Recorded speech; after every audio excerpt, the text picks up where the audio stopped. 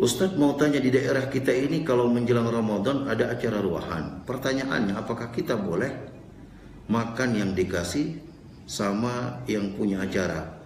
Jazakumullah khair. Ikhwan fillah rahimakumullah. Bila yang ditanya adalah apa hukum ruahan, berarti bapak ini bertanya tentang ajarannya orang Hindu.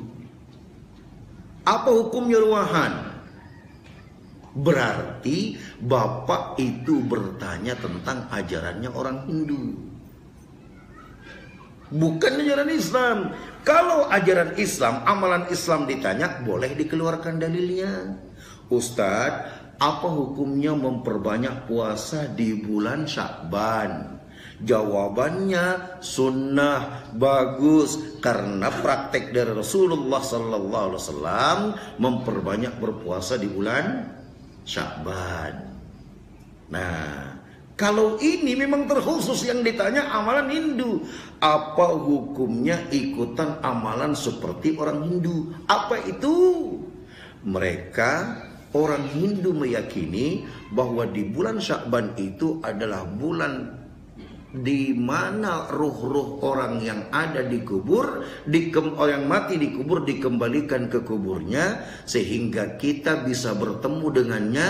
Kita datang ke sana melanjutkan nyekar, nyadran, tabur bunga, atau kita undang dia ke rumah kita untuk melakukan acara makan bersama, sajen. Karena itu Jawa Ortodok menyebutnya bulan ruh, bulan ruh, bulan ruh, karena Jawa Ortodok tidak bisa menyebut ruh sehingga menyebutnya ruwah, bulan di mana ruh-ruh orang mati dikembalikan.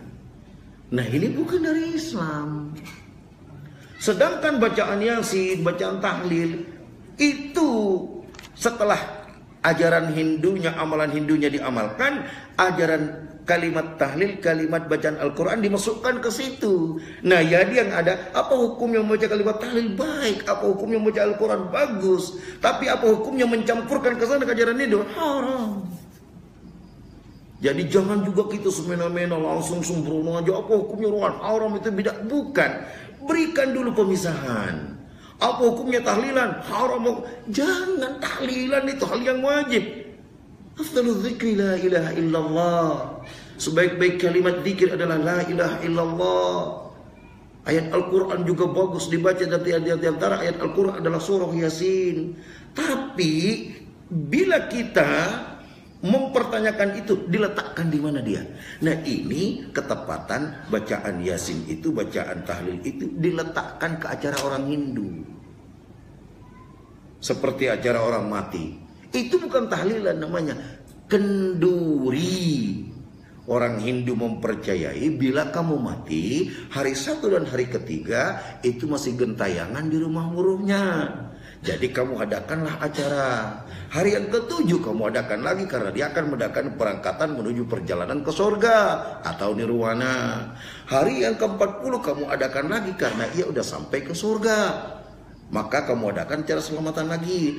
Hari yang ke-100 kamu adakan lagi karena dia bakal datang menginformasikan untuk membangun kehidupan di surga, di nirwana. Hari yang ke-1000 dia akan datang lagi lah, adakan lagi acara, karena dia akan datang mengkhabarkan kepada keluarganya bahwa ia telah resmi menjadi penduduk nirwana. Makanya disebut dengan kenduri.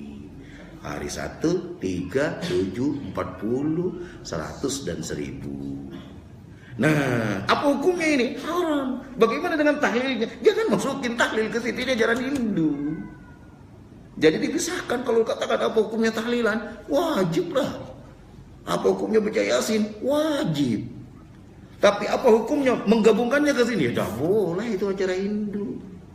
Buktinya kalau kamu nggak percaya, coba rubah. Adakan acara yang di malam yang ke-4, di malam yang ke-6, di malam yang ke-39, di malam yang ke-97, di malam yang ke-972. Ada nggak yang ada? Nggak ada. Ini sesuai tradisi Hindu katanya harus kita lakukan. Nah, itu dia ikhwan. Jadi kita perlu sekarang begini.